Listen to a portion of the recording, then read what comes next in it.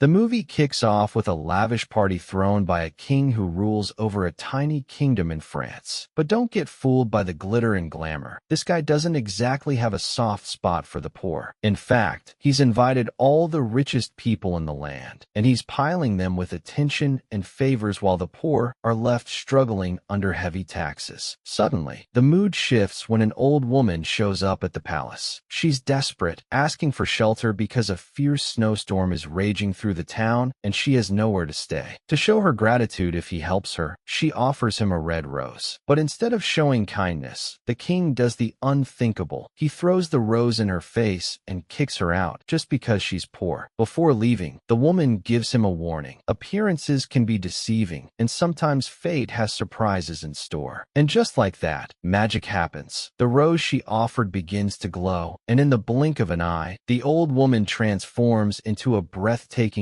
beautiful young sorceress. She's not there to charm him. She's furious and wants to teach him a lesson. She casts a powerful spell, transforming him into a terrifying beast and cursing everyone in the castle to live under it as well. The king begs for forgiveness, but she's relentless. She explains that the curse will last his entire life, and the only way to break it is to find true love. But here's the catch. He has to find it before the last petal on the enchanted rose falls, or he'll remain a monster forever. To make the challenge even harder, she wipes everyone in the kingdom's memory clean. No one will remember that there was ever a king, making it almost impossible for him to find love or redemption. Days pass, and the beast, now alone and trapped in his castle, spends every moment watching the petals fall. He's hopeless and isolated, struggling with the reality that no one could ever love him in his monstrous form. He resigns himself to his lonely fate, glued to the window, watching the enchanted rose, knowing he has no control over what comes next. After that, the story shifts to a girl from the village named Belle. She's stunningly beautiful, and everyone in town admires her. But what really sets her apart isn't just her looks. Belle loves to read and often keeps to herself, which makes people a little wary of her. On top of that, she's turned down marriage proposals, including one from Gaston, the town's strapping army captain, basically every girl's dream. But Belle doesn't care. She wants nothing to do with marriage. Not to him, not to anyone. One day, Belle visits her father while he's busy tinkering with some mechanical experiments. She tries to get him to tell her the secret behind her mother's death, but he dodges the question, saying he's heading to the market and is too busy to talk. As he leaves, Gaston shows up and confesses his love to Belle again, asking her to marry him. She firmly rejects him, even scolding him for insisting, making it clear she has no interest in marriage at all. Later that evening, her father is making his way home through a snowstorm when he's ambushed by a pack of wolves. They attack his carriage, overturning it, leaving him no choice but to mount his horse and flee. In his escape, he finds himself in front of the beast's castle. Seeking refuge, he sneaks inside to wait out the night. Once inside, he discovers a grand dining table filled with food, which makes him incredibly hungry. As he reaches for a cup of tea, it suddenly starts speaking to him. Terrified, he bolts out of the castle, trying to make sense of what he just saw. Then he notices a tree full of beautiful roses and decides to pick one for Belle. But the beast appears suddenly, furious. He demands to know how the man dares take a rose from his garden and threatens punishment. Startled, Belle's father spurs his horse and races home. The next morning, Belle senses something is wrong with her father. She mounts her horse and rushes to the place he described, and sure enough, it leads her to the beast's castle. As soon as she steps inside, the talking candelabra and clock greet her, hinting that she might be the one destined to break the curse, not just for the beast, but for everyone trapped in the castle too. Belle hears her father calling for help and follows the sound, discovering him imprisoned in a dungeon. He warns her she must leave immediately, or she could fall under the same curse, trapped there for life. Before she can react, the beast's voice echoes from afar, accusing her father of stealing a rose from his garden, which is why he's locked up forever. Belle can't help but scoff at the absurdity of it all. A man locked up over a single flower? She tries to reason with the beast, pleading for her father's release. The beast, still furious, explains that he himself was cursed for refusing a gift from a sorceress. Despite the danger, Belle approaches him, unafraid, wanting to see him for who he really really is. Unlike everyone else, she isn't scared. She even asks to take her father's place in the dungeon. Her father objects, fearing losing her as he lost her mother, but Belle convinces the beast to let her say a brief goodbye to her father. Once inside the cell, Belle hugs her father, then willingly takes his place in the dungeon. The beast tells her she's now sentenced to a lifetime in the castle, and he expels her father. Soon after, the candelabra animates and opens the dungeon, offering Belle a room to rest. She's shocked, striking the candlestick in disbelief. After all, a talking candlestick isn't exactly what you'd expect in a castle. The clock explains that everyone in the castle was cursed and turned into enchanted objects, and slowly, Belle begins to understand the situation. They give her a tour of the castle, explaining she's free to roam anywhere except the West Wing, the beast's private quarters. When they take her to her bedroom, she's even more surprised to find her hairbrush talking. The clock reassures her it's just a normal brush. Meanwhile, back in the village,